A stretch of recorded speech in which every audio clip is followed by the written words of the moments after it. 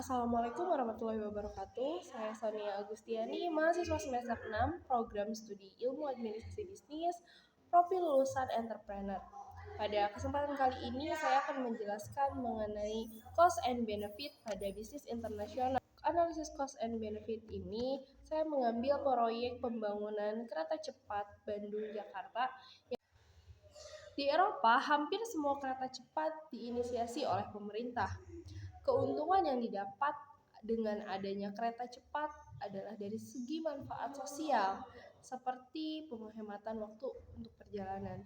Nah, sedangkan di Indonesia sendiri, kereta cepat ini diinisiasi oleh swasta, sehingga keuntungan yang didapat dari tujuan dari penelitian ini adalah untuk membandingkan sudut pandang ekonomi proyek pembangunan kereta cepat Indonesia dengan negara lain, serta untuk mengetahui pada kondisi pembangunan kereta cepat ini dapat dibenarkan atau tidak.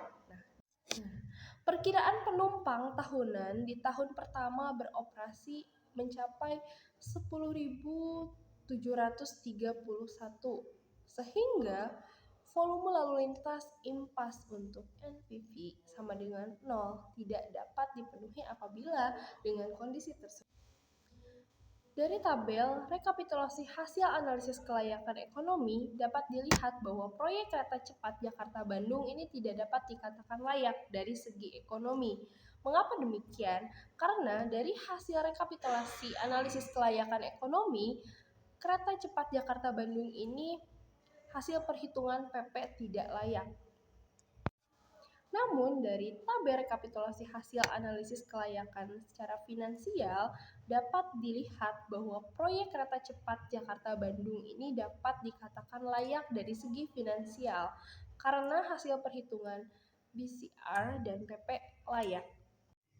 Kemudian dari tabel rekapitulasi analisis kelayakan ekonomi dan finansial ini juga dapat dilihat pada proyek kereta cepat Jakarta-Bandung ini dapat dikatakan layak dari segi gabungan ekonomi dan finansial ini. Karena pada hasil perhitungan BCR sudah layak pada tahun pertama.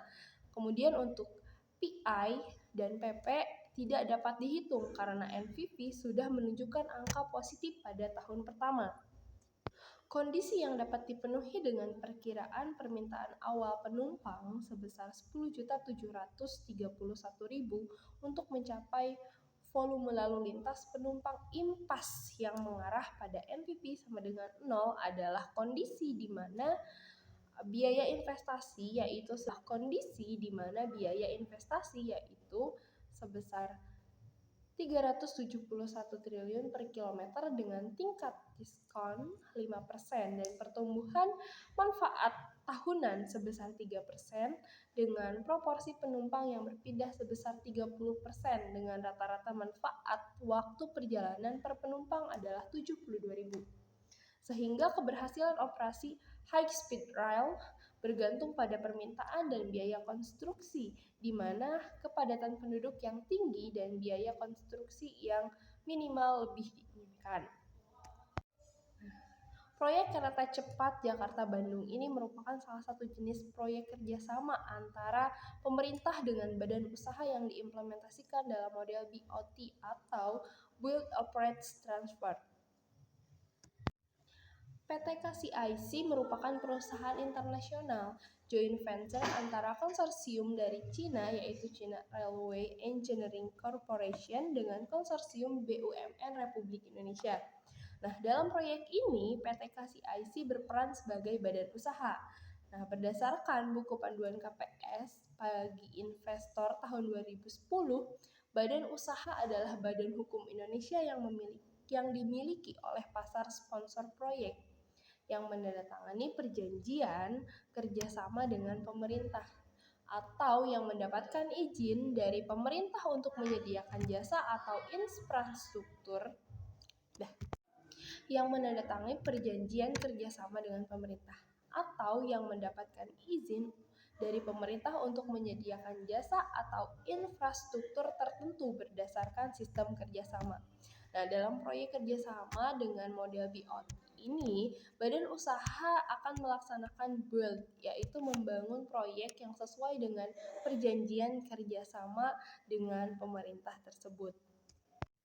Dari analisis cost and benefit dari kereta cepat Bandung-Jakarta ini dapat disimpulkan bahwa berdasarkan perhitungan yang dilakukan pada proyek kereta cepat Jakarta-Bandung ini tidak dapat dikatakan dari segi analisis ekonomi karena PP tidak memenuhi syarat.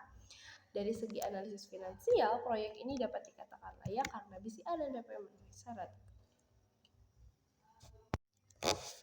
Nah, dari hasil analisis cost and benefit dari proyek kereta cepat Jakarta-Bandung ini dapat dilihat hasil perhitungan PP di mana pengembalian dan mencapai puluhan tahun dapat membuat para investor menjadi ragu.